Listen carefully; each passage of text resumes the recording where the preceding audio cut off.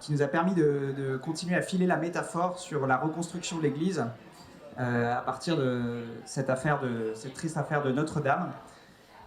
Pourquoi est-ce qu'on vous a réunis aujourd'hui sur le thème de la reconstruction de l'Église, de reconstruire l'Église de demain? D'une certaine manière, ce thème, il s'impose un peu à nous. On a tous conscience de l'état, malheureusement, assez dramatique de l'Église en Occident. Récemment, l'Église a été ébranlée par toute une série de scandales, mais au-delà de ça, vous avez certainement tous en tête un ou l'autre chiffre. Je vais en rappeler simplement deux.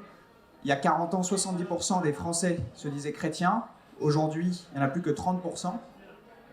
Il y a 30 ans, 14% des Français à la messe toutes les semaines. C'était déjà pas beaucoup, vous me direz. Aujourd'hui, ils ne sont plus que 2,7%. Et ce chiffre est probablement à diviser au moins par 2 ou 3 si on regarde les moins de 40 ans. Et je pourrais citer encore toute une litanie de chiffres, tous plus déprimants les uns que les autres. Mais il se trouve que récemment, il y a quelques mois, j'ai lu dans un article de La Vie une interview d'un prêtre qui mentionnait d'autres chiffres qui m'ont vraiment particulièrement frappé et fait réfléchir. Ce prêtre faisait référence au nombre de prêtres. Est-ce que vous connaissez le nombre de prêtres en France ? Il y a 30 ans, il y en avait 28 000. Il y a 20 ans, pardon. Il y a 20 ans, il y avait 28 000 prêtres en France. Aujourd'hui, il y en a 14 000. Donc, c'est-à-dire qu'en 20 ans, le nombre de prêtres a été divisé par 2. Aujourd'hui, on ordonne à peu près chaque année une petite centaine de prêtres. C'est un chiffre qui est assez stable depuis une trentaine d'années. C'est un peu moins de 100, à peu près une centaine. Et en parallèle, il meurt 800 prêtres tous les ans. L'âge médian des prêtres, il est de 75 ans. Donc tous les ans, on perd 800 prêtres, on en ordonne 100. Si vous faites le compte, ça fait 700, une perte nette de 700 tous les ans. Donc si vous projetez un petit peu le calcul, ça veut dire que dans 10 ans, il n'y aura plus que 7000 prêtres en France. Donc on aura de nouveau, en seulement 10 ans, divisé par 2 le nombre de prêtres en France. Et dans 20 ou 30 ans, on l'aura probablement divisé par 3. Voilà. Et à un moment, on devrait probablement tendre vers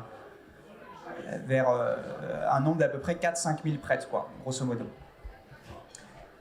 Et en fait, ces chiffres, les autres chiffres que j'ai cités tout à l'heure sont assez déprimants et ils sont importants. Mais d'une certaine manière, ils ne remettent pas en question la façon même dont la communauté chrétienne fonctionne. Alors que ce dont il faut prendre conscience, c'est que la foi chrétienne en France, la communauté chrétienne en France et de façon plus générale en Occident, est organisée autour des paroisses et autour du clergé.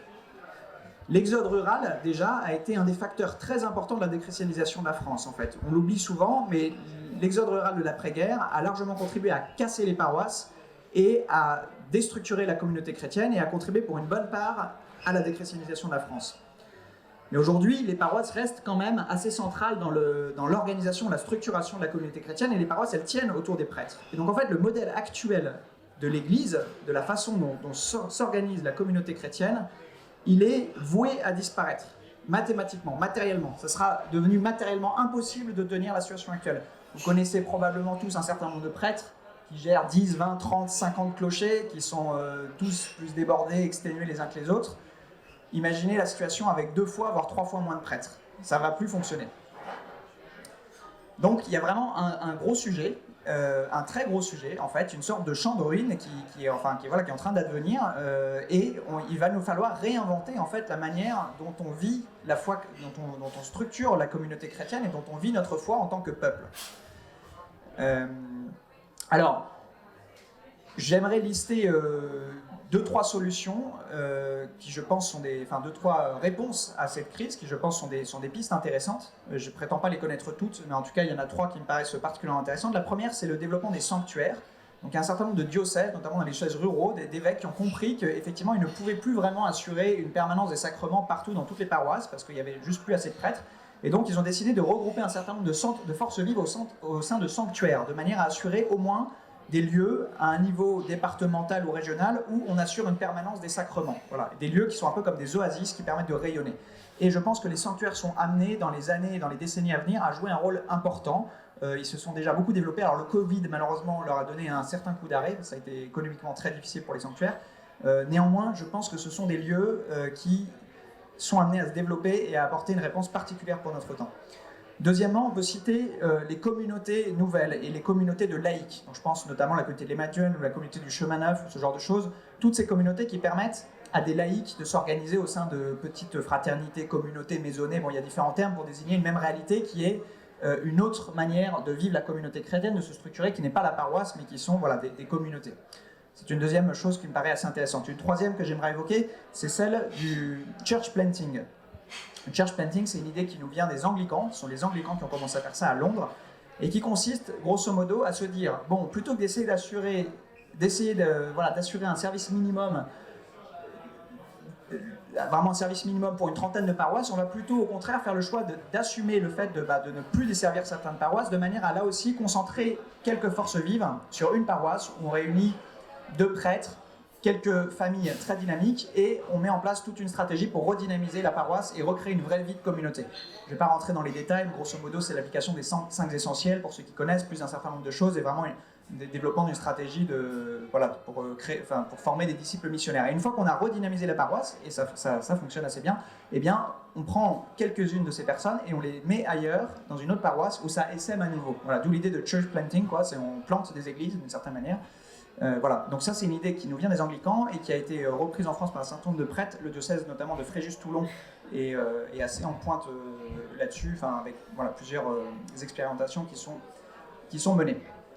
Donc toutes ces solutions sont vraiment de belles solutions, je pense, qui sont amenées à jouer un rôle. Néanmoins, elles ne suffiront pas. Elles ne suffiront pas, pourquoi? D'abord parce que l'ampleur du défi auquel on fait face nous appelle à faire feu de tout bois pour trouver d'autres solutions pour organiser la vie de la communauté chrétienne. Et d'autre part, parce que toutes ces solutions que j'ai évoquées, mine de rien, elles reposent quand même à un moment ou à un autre sur des prêtres. Or, des prêtres, on n'en aura plus. En tout cas, plus beaucoup. Donc, voilà. Et ce fameux prêtre, c'était le père Stala Bourdignon, que je ne connais pas personnellement d'ailleurs, dans cet entretien de la vie. Donc il fait ce constat, et puis il fait le constat de dire que matériellement, la façon dont on structure aujourd'hui la vie de la communauté chrétienne, il va falloir trouver d'autres solutions. Et il dit notamment, il faudra trouver des appuis nouveaux dans les nouvelles technologies pour dialoguer et enseigner. Il faudra aussi déterminer de nouveaux modèles de rencontres dans la vie réelle entre les fidèles, des assemblées de chrétiens autour de la parole de Dieu, des temps de service et de partage. Qu'est-ce qu'il nous dit, grosso modo? Il nous dit que, en fait, les chrétiens, on n'est pas obligés de se rassembler autour du prêtre. Et, évidemment, les sacrements sont importants, mais il y a d'autres lieux, d'autres façons de vivre cette foi chrétienne. Et en fait, les chrétiens peuvent se retrouver et doivent imaginer de nouvelles manières de se retrouver, de prier ensemble, de se former mutuellement et de former communauté. Voilà. D'autres manières d'autres lieux aussi, peut-être, que celui de la paroisse, dans les lieux où, malheureusement, il n'y aura plus les moyens de faire tenir une paroisse. Et les nouvelles technologies peuvent nous permettre d'apporter des solutions concrètes à ce problème. Et effectivement, parce qu'Internet, c'est assez génial, parce que ça permet de reproduire la structure de l'Église. L'Église catholique, elle a ça très particulier, qu'elle est à la fois universelle, catholique, ça veut dire universelle, donc elle est mondiale, on adhère tous à un même credo et on partage la même foi avec des Africains, avec des Sud-Américains, etc. Et en même temps, elle est locale, incarnée dans des paroisses. Internet, d'une certaine façon, c'est un petit peu pareil. On peut tous se connecter et suivre le mondial de foot partout dans le monde en même temps grâce à Internet, mais on peut aussi, grâce à Internet, trouver un voisin qui va nous prêter une perceuse, dialoguer avec quelqu'un, faire rencontrer sa femme, faire des rencontres locales. Donc il y a cette double structure. Voilà. Et donc je pense qu'Internet est amené à jouer un rôle très intéressant là-dessus. Et en fait, ça m'a vraiment, vraiment beaucoup fait réfléchir, cet article. Et ça m'a fait prendre conscience du rôle que pouvait peut-être jouer Hosanna, et en réalité jouer déjà Hosanna d'une certaine manière. Parce que ceux d'entre vous qui me connaissent depuis un certain temps, vous avez probablement entendu moult fois mon argumentaire de pourquoi la mission d'Hosanna est importante. Et grosso modo, ce que je disais, si je le résume, c'est les papes nous ont appelés à évangéliser le continent numérique. Il y a des milliards d'internautes. Les chrétiens sont désespérément absents d'Internet. Il est urgent que les chrétiens apportent la lumière de l'Évangile sur Internet et soient visibles sur Internet. Et je cite souvent ce fameux classement des top 50 des sites, les plus gros sites religieux au monde. Dans ce top 50, vous avez une dizaine de sites musulmans, une dizaine de sites d'astrologie, une dizaine de sites évangéliques et seulement 3 sites catholiques. Le premier site catholique, vous le trouvez à la 24e place de ce classement. Le premier, c'est les Témoins de Jéhovah. Il est 10 fois plus gros que le premier site catholique. Bon, c'est c'est juste une manière de montrer à quel point on est désespérément absent du web. Il y en a plein d'autres façons de le montrer. Et c'est vraiment un sujet, et c'est globalement, c'était beaucoup de mon discours, c'était de dire ça. Et en fait, en lisant ça, je me suis rendu compte que peut-être la mission d'Hosanna, en réalité, il y avait quelque chose d'encore plus important. ça demeure important. Je pense vraiment qu'il est urgent que les chrétiens soient présents sur le web. Mais néanmoins, il y a peut-être quelque chose d'encore plus fondamental et qui est justement ce rôle de comment est-ce qu'on peut contribuer à aider la communauté chrétienne à se structurer. Et en fait, j'ai pris conscience qu'en réalité, c'est déjà ce que faisait Hosanna. Quand vous regardez ce que fait Hosanna, en fait, nous, on ne produit pas de contenu. Hosanna, on n'est pas producteur de contenu. On est une plateforme. On met à disposition des outils et on permet notamment à des organisations chrétiennes. Donc sur Hosanna, il y a plus de 500 organisations chrétiennes qui sont des communautés religieuses, des paroisses, des diocèses, des médias, des mouvements, des associations, etc., qui se servent d'Hosanna pour créer des communautés de prière autour de propositions spirituelles et rassembler des priants autour d'eux. Donc une manière de structurer, de former des communautés autour de thématiques spirituelles.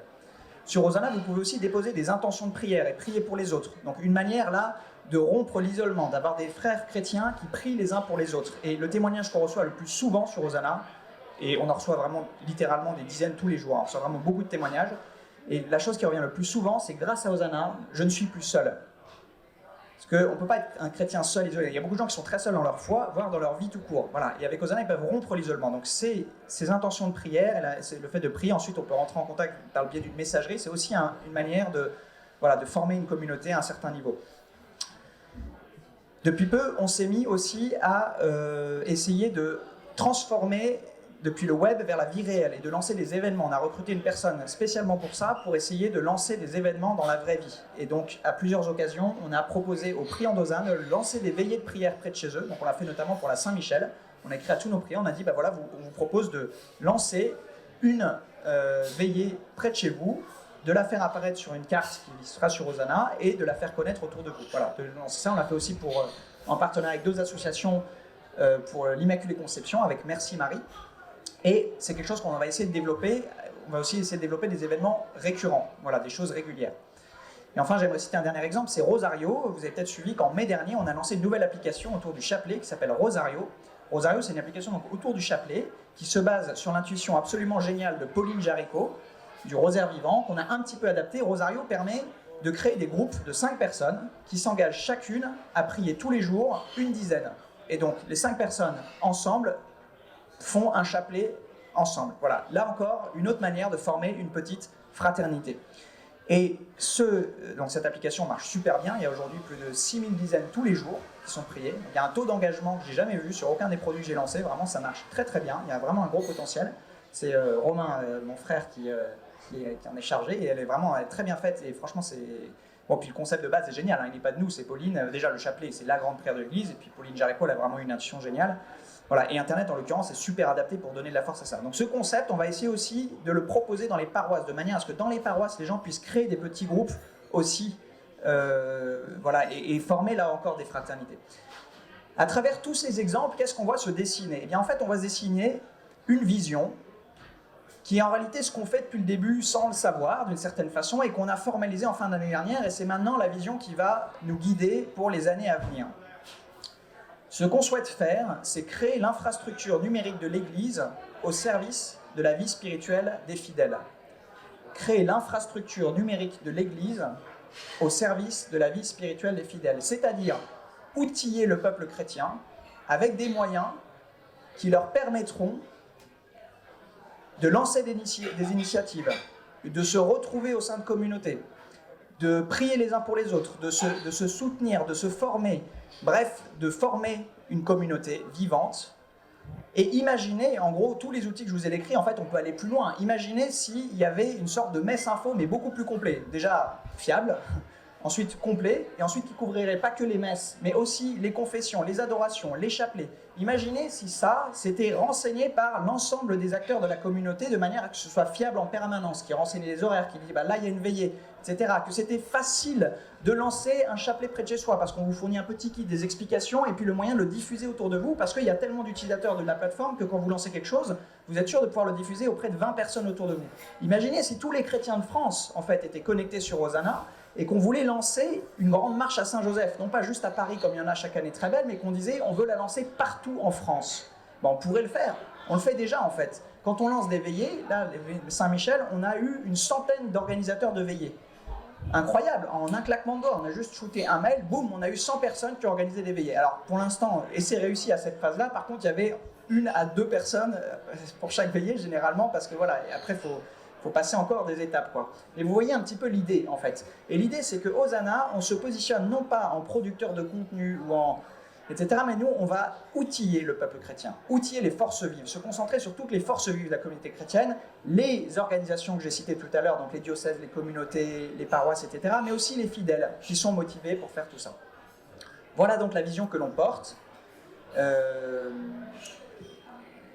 Je pense qu'en fait, c'est quelque chose d'important, vraiment. Je pense que c'est quelque chose de vraiment important. Je suis assez étonné en fait qu'on ne parle pas plus de cette histoire du manque de prêtres, parce que moi-même, ça fait quand même 10 ans que je réfléchis à l'évangélisation, je rencontre des gens sur ce sujet, etc. Et c'est la première fois que ce constat-là m'a frappé avec autant de fois. C'est la première fois que je le lisais et que ça m'a vraiment frappé. Et je pense qu'on a un vrai sujet, et ça va être vite, ça va être rapide. Hein. Dans 10 ans, on a redivisé par 2. C'est rapide, 10 ans, ça va vite s'il faut réorganiser la communauté. Voilà. Il y a aussi peu de gens qui ont conscience de l'importance de la prière. La prière, c'est quand même la base, parce que l'évangélisation, à la fin, c'est l'action de Dieu. On peut faire tout ce qu'on veut, à la fin, c'est l'action de Dieu. Donc, quelle meilleure manière que de susciter l'action de Dieu que de le prier? Si on veut susciter l'action de Dieu, il faut utiliser les outils qu'il nous donne. Mais peu de gens sont sensibles à la prière. Et enfin, peu de gens sont sensibles à Internet comme outil puissant. En fait, moi, j'ai passé pas mal de temps à essayer de trouver les moyens pour lancer toute cette aventure. Et finalement, je me suis rendu compte, en parlant avec d'autres personnes, que souvent, c'est plus facile de trouver de l'argent pour rénover une abbaye, ce qui est certainement très important, mais finalement, un bâtiment a un impact plus local. Alors, je ne dis pas qu'il ne faut pas le faire, mais je pense que l'enjeu sur Internet et l'enjeu de ce genre de vision, il est quand même vraiment important, et assez peu de gens en prennent conscience, quoi. Voilà. Et donc, ce soir, on voulait vous réunir pour vous partager cette vision, pour vous remercier d'avoir cru en Hosanna, certains depuis le tout début, mais tous, à un moment donné, vous avez cru dans Hosanna, vous avez soutenu Hosanna de façon généreuse, fidèle, et vraiment merci beaucoup, parce que je vous garantis que j'ai vu beaucoup de personnes, et que finalement, voilà, il n'y a pas si nombreux que ça les gens qui comprennent l'importance de cette mission. Je pense que vraiment, elle est importante.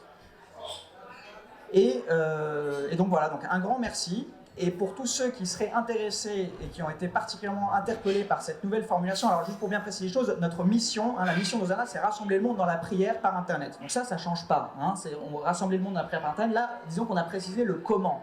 Comment? Eh bien, nous voulons rassembler le monde dans la prière par Internet en créant cette infrastructure numérique de l'Église au service de la vie spirituelle des fidèles. Bon, ça devient un peu long, mais voilà l'idée générale. Donc s'il y en a qui ont été interpellés particulièrement et qui souhaiteraient s'impliquer d'une façon ou d'une autre, poursuivre leur implication, n'hésitez pas à faire signe à n'importe qui des membres de l'équipe. Là, on est en polo pour prendre rendez-vous avec nous. Là, on est 3 personnes à rester à Paris pendant une semaine. Donc, si vous voulez, voilà. Et puis sinon, on peut toujours se voir plus tard ou en visio, etc. Donc, n'hésitez pas. Et on va aussi vous distribuer des petites enveloppes, des grandes enveloppes à 4. Vous allez avoir 4 enveloppes chacun, par couple, par groupe, par famille, bref, selon votre configuration. Et dans ces enveloppes, vous allez trouver une lettre dans laquelle il y a en substance ce que je vous ai dit ce soir, en plus court, et des petits graphiques qui montrent, qui rappellent quelques chiffres sur la foi en France et quelques chiffres sur Hosanna. Il y en a 4 exemplaires. Pourquoi? Il y en a un pour vous, voilà, vous pouvez relire avant de vous endormir pour vous souvenir de cette vision. Et il y en a 3 pour vos amis, n'est-ce pas?